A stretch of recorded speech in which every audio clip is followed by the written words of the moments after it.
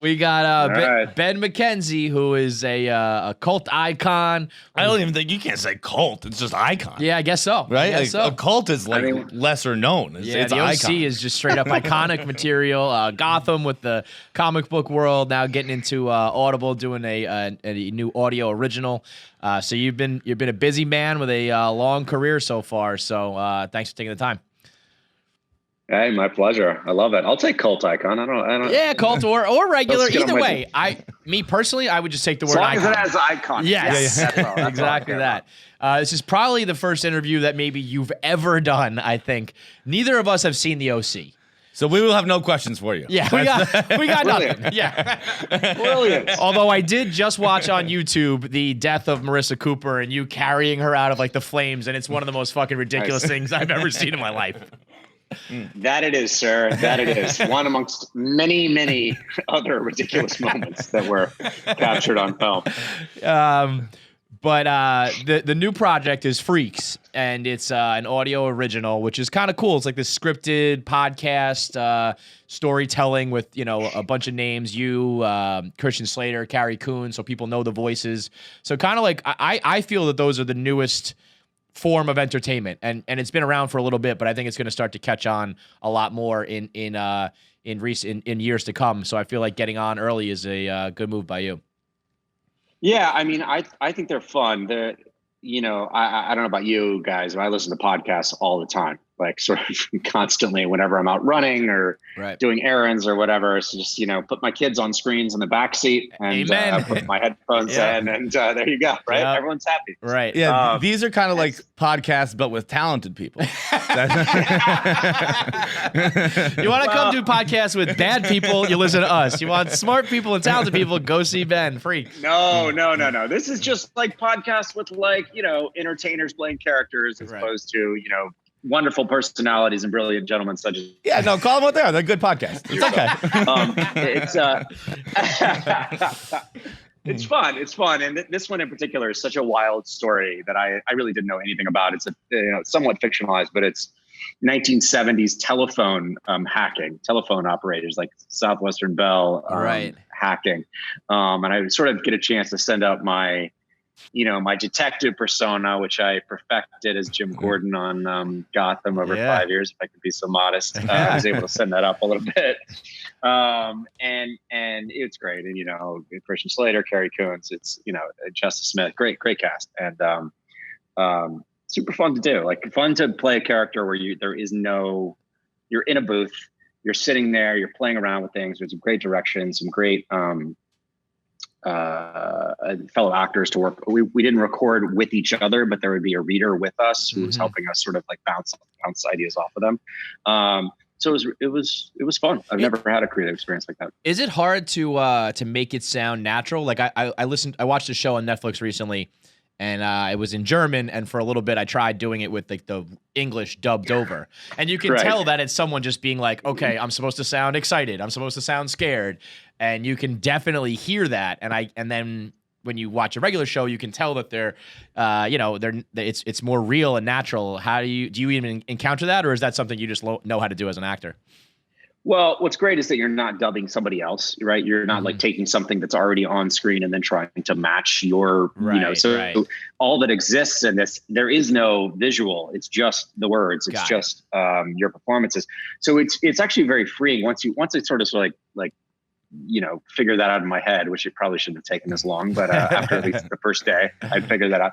And then it's just like a performance like any other, although the microphone is really your sole means of expressing it. All the other physical stuff you're doing and the kind of the cadences and the rhythms are unique to you. And what's great is that when you're filming something, there's so much, the cameras and the crew and the this and the that, like you get a few takes, you get 3, 4, 5 takes, possibly.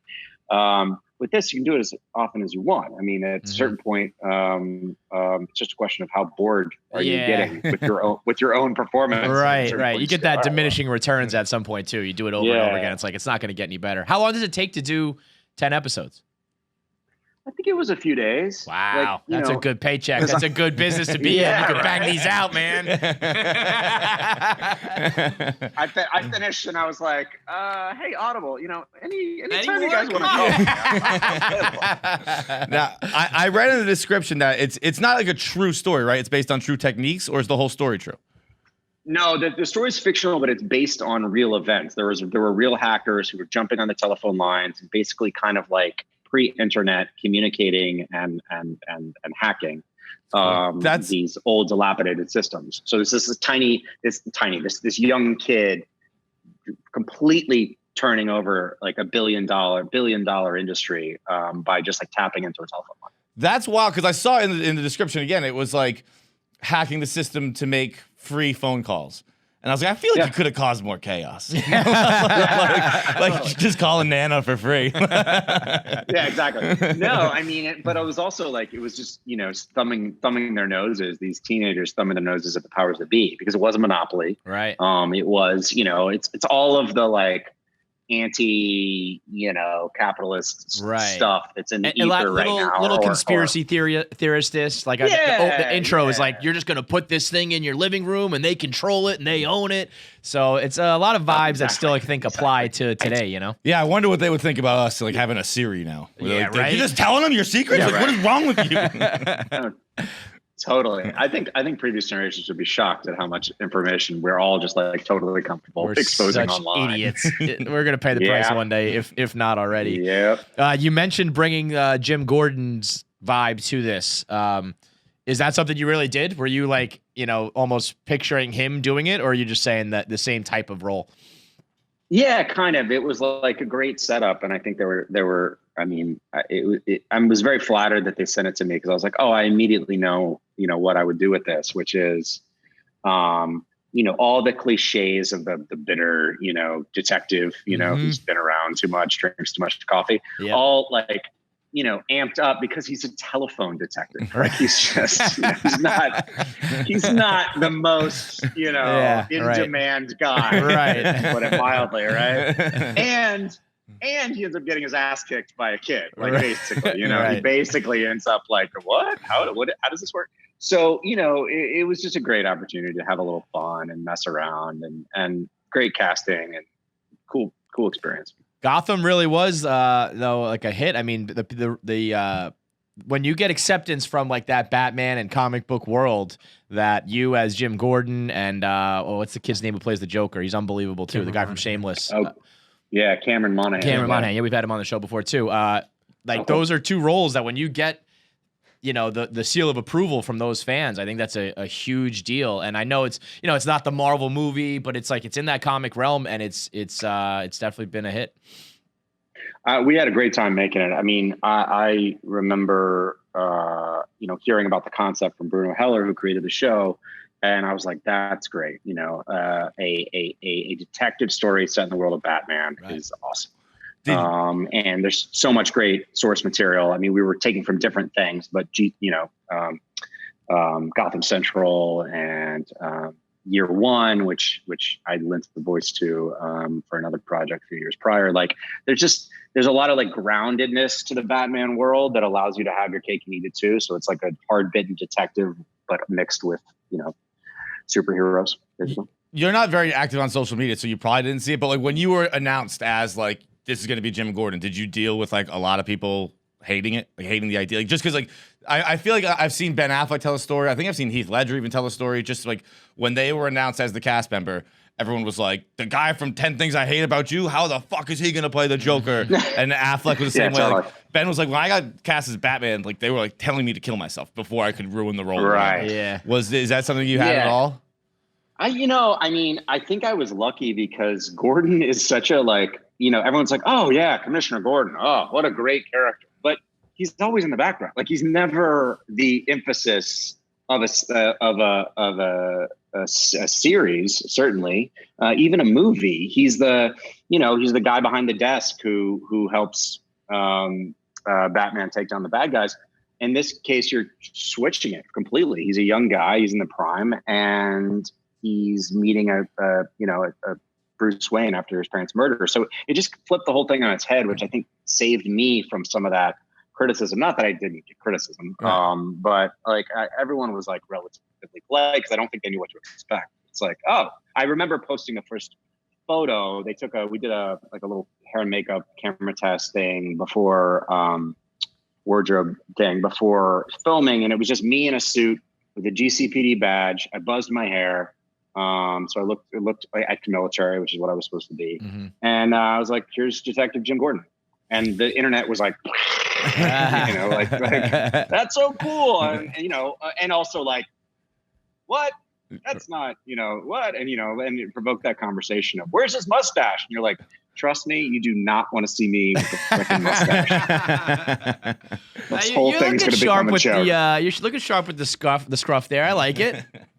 Hey man, I've given up, dude. I think everybody's given the beard and the long hair a shot, and you found out whether it works for you or not over the last few months, I think you guys are rocking it too. Well done. You also get lucky enough to meet your wife. Well, not meet your wife because this was part of the articles that all came out this week, but you kind of re-met your wife on Gotham, and her comments the other day were funny, saying, "Yeah, if you only paid attention to me when I was on the OC, he could have had me in my prime." That's a great line, man. That's an awesome line from your wife.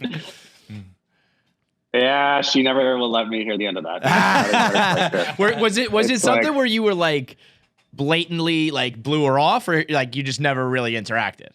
Dude, I have no memory of it. Yeah, so that's not a good answer either. That's not good, bro. But like, it was in passing. It was like for 5 minutes. Yeah. And like, I freely acknowledge that I'm an idiot for not, whatever, but for not seeing her for who she truly is, which is a beautiful, wonderful. There you go. Woman. Back on track. There you go.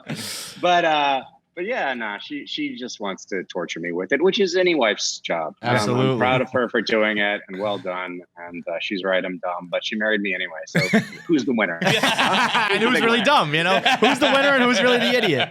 My mom always says, she's like, when we first started dating, your father used to kind of run around on me a little bit, and I've been making him pay for it every single day of his life since. And that's marriage. There you go, kids. Find your spouse one day. You started that sentence with when my mom said we started dating, and I was like, whoa, guys, we're in some different My dad, yeah.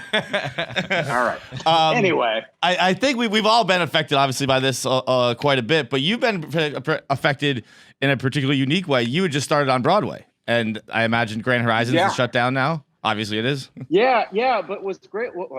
But what was odd about it was that Grand Horizons, which was on Broadway and closed March 2nd, was always set to close March 2nd. Oh, really? Second stage. Yeah, they do limited runs. So we started in December and we finished up in March, and that was always the plan. And I remember in February, as Corona was kind of starting to come around, or no one really knew anything, bubbling right? A little bit, yeah.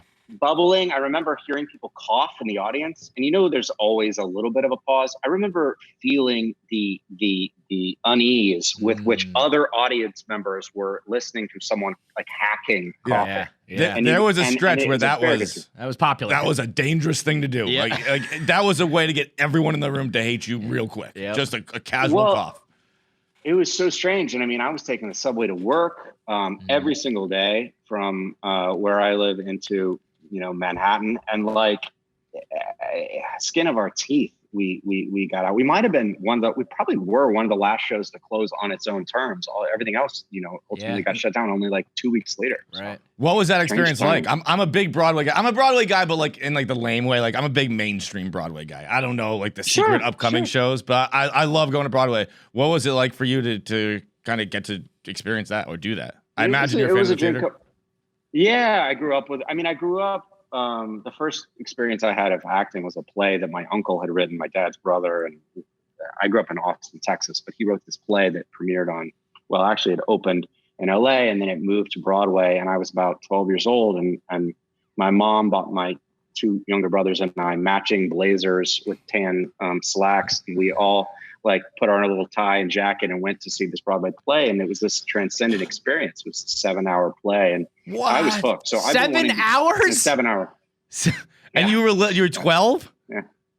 Holy moly. It's incredible. I mean, the only thing I could do when I was 12 for 7 hours is like play video games or masturbate. I don't know how you could do that that's intense, man. Yeah, it was really wild. And I remember a seed being planted. So, to actually, and then I moved to New York after graduating college some years later. And I never made it to Broadway. I ended up in LA. And I ended up doing UOC in Southland and Gotham, and Gotham brought me back to New York. So after Gotham finished, I was like, I really want to try to get out there. And thankfully this play came along, written by an old friend of mine, actually, Bess Wool. And it was great. It was a great experience. And there's nothing like being up there 8 times a week. I feel so bad for the Broadway community. It's just it's something that people don't really like. There's so much going on in the world that it's hard to like, to find any space to talk about it, but that community is just decimated because of it, and I hope that they'll come back, and I do think that they will eventually. But very strange time to be one of the last shows to close on Broadway. What are the back room, like the dressing rooms? I feel like in my mind, like the dressing rooms are like really elegant because it's like divas and stuff like that from the theater. But like aside from being haunted, I imagine they're pretty bad back there. Right. Right, we were at the Helen Hayes, so Helen was walking around backstage. I shared a dressing room with two other fellows, Michael Urie, Malik Pancholi, lovely gentlemen. We got to know each other quite well, having to change in front of each other. So you guys are good friends now. You got to be good friends. Once you see each other naked, you're good friends. Yeah, it's official. Yeah. Well. Actors is like trying to get them to keep their clothes on. It was easy, man. It was easy. They were great. But yeah, Broadway's for the love, man. Nobody's. I mean, I guess there's some version of commercial theater. We weren't really doing that. Second Stage is nonprofit, so everybody's making the same wage, which is totally fine, totally good. But it's not it's do it for the love. I've always said that I have no idea what people on Broadway make, and I would believe you if you told me $50,000 a year, and I would believe you if you told me $5 million a year. Yeah. I could believe absolutely anything. I have no clue. Well, there's a massive difference between the sort of commercial and the nonprofit, and this was for the love, and it was great. I really appreciated it, and because it was one of the last, I felt like I sort of got unbelievably lucky to have had the opportunity, given that Broadway is not going to reopen again for at least another year. I know Broadway's being smart about it. I mean, you're seeing sports try to rush back, and it's not working. And Broadway, you look at all the smart people. You look at Harvard graduates, like Ivy League schools. You look at people on Broadway. You look at companies like Google. They're all like, nope, not even close. And everyone else is like, let's go. Stupid. Tells you something. Yeah, it really does. It really does. Well, we appreciate it, man. I got one more question for you. If things had gone different on the OC, because it sounded like there was some drama and you need to write certain things into the script, if that was able to just play out the way they maybe originally intended it, do you think you would have ended up with Marissa Cooper? Maybe. Yeah, I don't know. That's a good question. Yeah, I mean, that's definitely the way they set it up. That's what the fans wanted. Poor kid. Right. Poor kid, rich girl. Yeah, I don't know. That's a good question. Instead, you end up holding her in the street singing Hallelujah with flames in the background. Exactly. Hallelujah. It's much better this way. All right. So Freaks is a audio original from Audible. You can download it if you got an Amazon account. You pop on Audible. You can download it right now for free. 10 episodes. It's like a theatrical performance with names you know. Very cool stuff. Very interesting. Very new age. So good on you. And thanks for the time, man. Thank you. Thanks, guys. Thanks, man. Have a good one. Cheers, guys.